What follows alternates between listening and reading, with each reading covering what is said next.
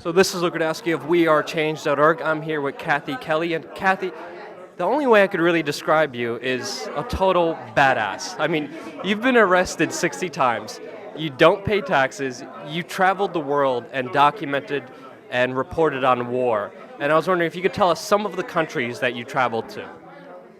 Well, I've traveled to Nicaragua, been in Sarajevo during bombings there, have been to Iraq during the first Gulf War and the 2003 shock and awe bombing, and 27 times to break the economic sanctions against Iraq, which I felt were economic warfare. I've been in Gaza during Operation Cast Lead, and then more recently in the immediate aftermath of the Operation Pillar of Defense. I've been in Lebanon during the 2006 bombing there, and in Afghanistan 13 times. And I think I do believe that going inside United States prisons is, in a sense, going into a place that is representative of a war against the poor. But you recently traveled to Afghanistan, and I was wondering from your experiences, a lot of U.S. media pundits who were never in Afghanistan make the argument that we can't leave Afghanistan. The U.S. military can't abandon Afghanistan because the Taliban will come in and there'll be utter chaos. What is your answer to that argument? Well, I've heard women tell me, do not believe that lie, and they don't know whether to laugh or cry almost. You know, when we think about the United States having spent $2 billion per week, 8 billion, or sometimes they say 10 billion per month, this is not funding that's gone to help Afghan women feed their children. In fact, there's 1 million children risking death because of acute malnutrition in the southern provinces of Afghanistan. Now, I think the way that the United States can get indifference on the part of the United States public is to instill enough doubt in people's minds that maybe there's a humanitarian purpose to the war, and therefore we shouldn't withdraw the United States troops because they're needed, because they're doing a good thing. So we've seen that happen again and again and again, that the United States had to go to Iraq to get rid of Saddam Hussein, that the United States had to be involved in going into other places with a responsibility to protect. But when you start to weigh out the facts and look at what has happened to people in the aftermath of United States invasions and United States bombings, we don't find that people are finding food security or health care delivery or improved education, or that their infrastructure is improved. A lot of times what's improved are the bank accounts of the war profiteers who've made enormous sums of money by selling weapons and using weapons. Now, many Americans are under the assumption that the U.S. forces will leave Afghanistan in 2014. Is that really true? I believe that the United States wants to keep the Joint Special Operations Forces, the Green Berets, the Navy SEALs, the Marine Rangers. These are some of the most highly trained professional warriors in the world. And when they work in tandem with, or in cahoots with, in connection with the drone surveillance, and then the capacity of the Reaper and the Predator drones to fire Hellfire missiles, they don't need big sprawling military bases in order to maintain a very effective United States military presence. I don't think that presence is going away, and it exacerbates the warfare. The Taliban have said, until all the troops are gone, we'll keep fighting. And the Taliban is very accustomed to this fighting. And there are also drug lords, along with other warlords, who want to maintain the status quo. So I think as long as the United States keeps fighting, there will be other groups that will say, good, we'll keep fighting too. And from all your travels around the world, I know you went to so many places. I was wondering, what was one of the most ugliest things you've seen or experienced? I was with a very dear woman, Salama Abu Halimi, and her arm was wrapped up almost like a big beehive. Her home had been hit with a tank-fired white phosphorus missile, and she survived.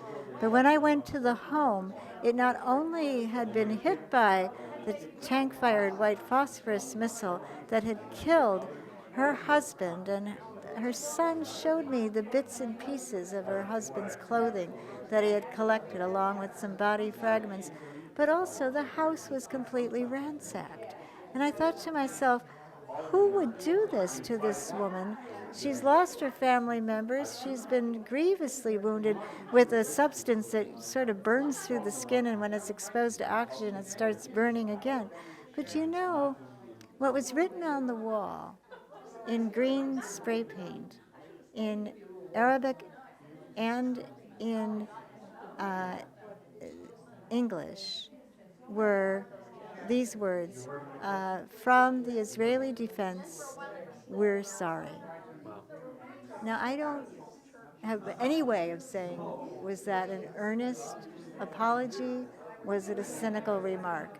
But I'd like to believe the former. And through your travels, what's the most beautiful thing you've seen or experienced? I've been so lucky to be with children who are some of the most beautiful children in the world, and I've been welcomed to stay in their homes, hold their babies, sleep on rooftops with them.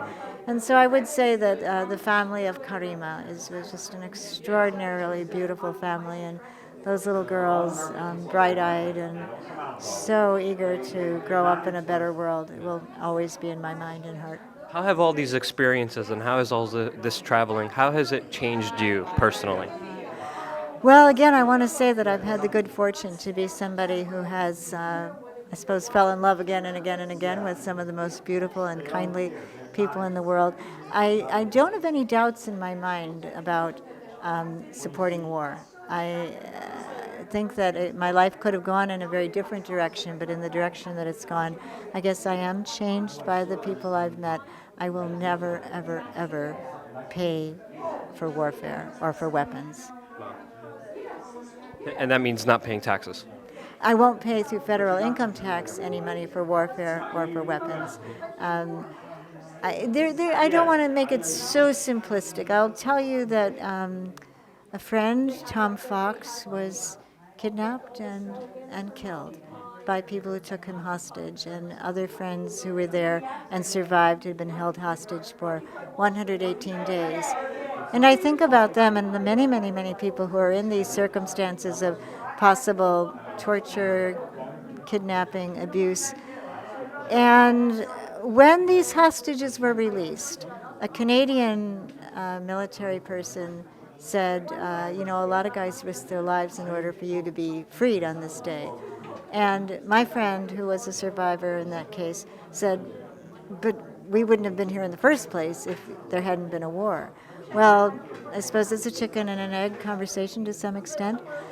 Maybe it's true that it was through night raids and through the collection of cell phones and cell phone data that the Royal Canadian Mounted Police and other investigators were able to figure out where my friends were being held, not on time to spare the life of one named Tom Fox.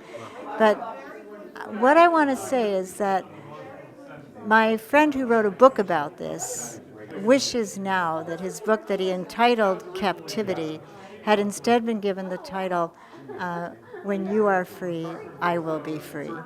And that's the line that his own captors had said to him again and again. When we all unchain ourselves from this addiction to warfare, that's when I believe our humanity will be liberated in a significant and needed way. Now, another thing, you've been arrested 60 times. Is there one arrest that sticks out to you that you think in the back of your head that you're really proud of? Anything in particular? I know there have been 60 of them, but is there one that really sticks out to you? I was hogtied one time, and somebody was kneeling on top of me who was quite heavy and referring to me as, I'll just say expletive deleted, this. And I was frightened. I thought, he's not going to get off of me. And I was sort of bleeding, not Bleating, saying, this really hurts, and nothing. And then finally, I said, look, I've had 4 lung collapses in the past, and I can't breathe. And that did it. The guy got off of me. I think his superior told him to get up. And I got a full breath, and I was okay. So then they had to carry me to the place where they would take my picture, but my hair was in front of my face because I'd been hogtied and carried upside down. And so when they propped me up, they had to move the hair from in front of my face. And the soldier who carried me under my right armpit said to me very politely, in order to take your picture, we're going to have to move the hair from in front of your face. Is that okay? And I said, yeah, that's fine. And then I'll never forget this, ever so gently, he moved the hair from in front of my face, squeezed my shoulder, and said, I know those cuffs are real tight, ma'am.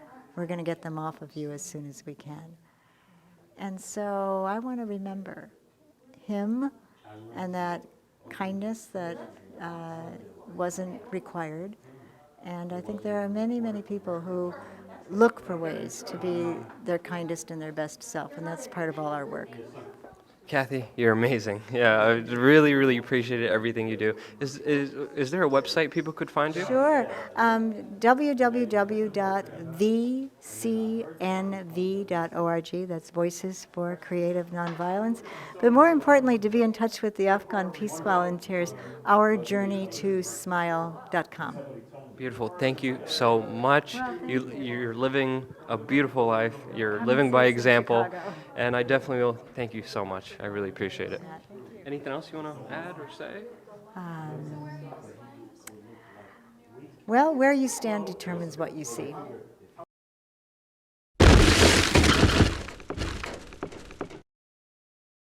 Afghanistan and Iraq, facing no jobs, no health care, facing homelessness. Have we not learned anything from our involvement in Iraq and Afghanistan, just to name two recent examples? It's ludicrous. We got Barack Obama! We got Barack Obama!